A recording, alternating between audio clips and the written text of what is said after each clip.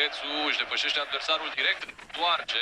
Romario Pires respinge greșit, însă șutul lui Cordea e fușuit de pe Cluj Arena.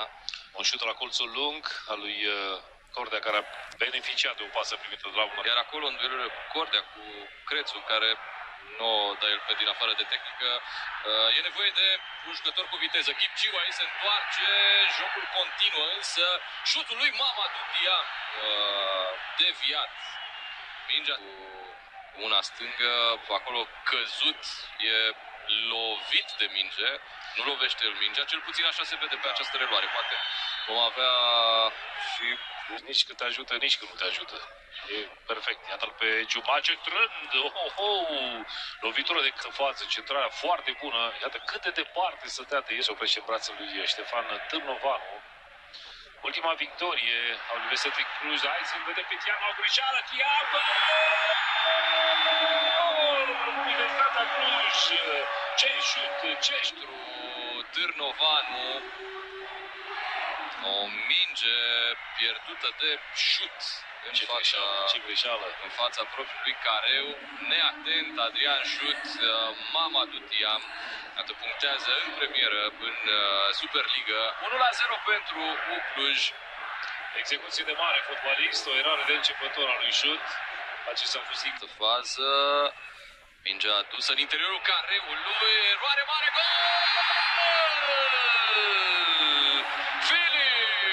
Și el pe Ștefan Târnovanu și totul a plecat de la acel corner hilar oferit de Daua clujenilor. Greșeală al lui Juma, care nici nu s-a ferit de minge, nici n-a lovit-o. A oprit-o la fix pentru Filip. Mamadou Diam, autorul golului de 1-0. Diam prinde curaj și se duce de unul singur. Diam intră careul de 16 metri. Iată-l pe Ghipciu joacă acolo cu Laurent Fiulo. Ce pare Diam cu stângul, lăpusit pe poarta lui Târnovanu.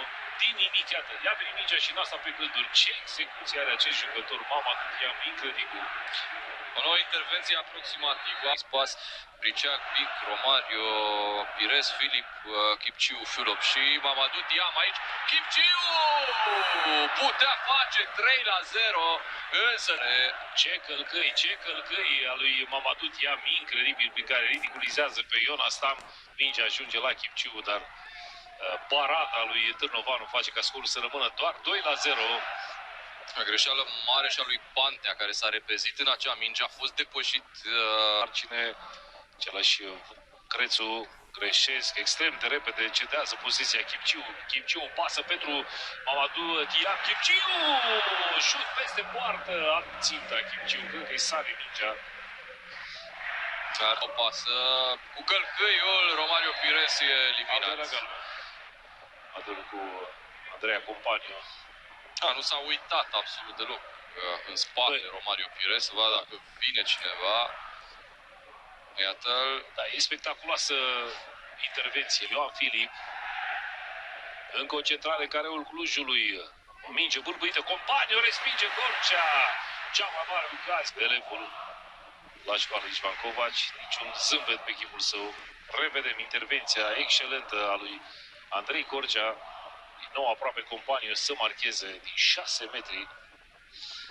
Cea mai mare ocazie a celor de la FCSB, nici șutul lui șuta lui Pic pe lângă poartă, egoist Pic, a apărut Sefilul foarte bine aici. Reușește preluarea, centrarea spre bara a doua, e Miculescu acolo, respinge Gorcea al lui Pițian.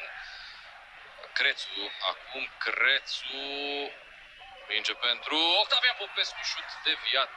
E de 16 metri expediat de la FCSB spre poarta lui Gorcea. De Adrian Porumboiu, după fazele controversate din meciul Rapid CFR, și tot pe site și în aplicație vedeți ce probleme are Juventus înaintea meciului decisiv pentru calificarea în Europa League. Șutul lui Miculescu este respins de Gorcea, care a cam șumat în primele 45 de minute.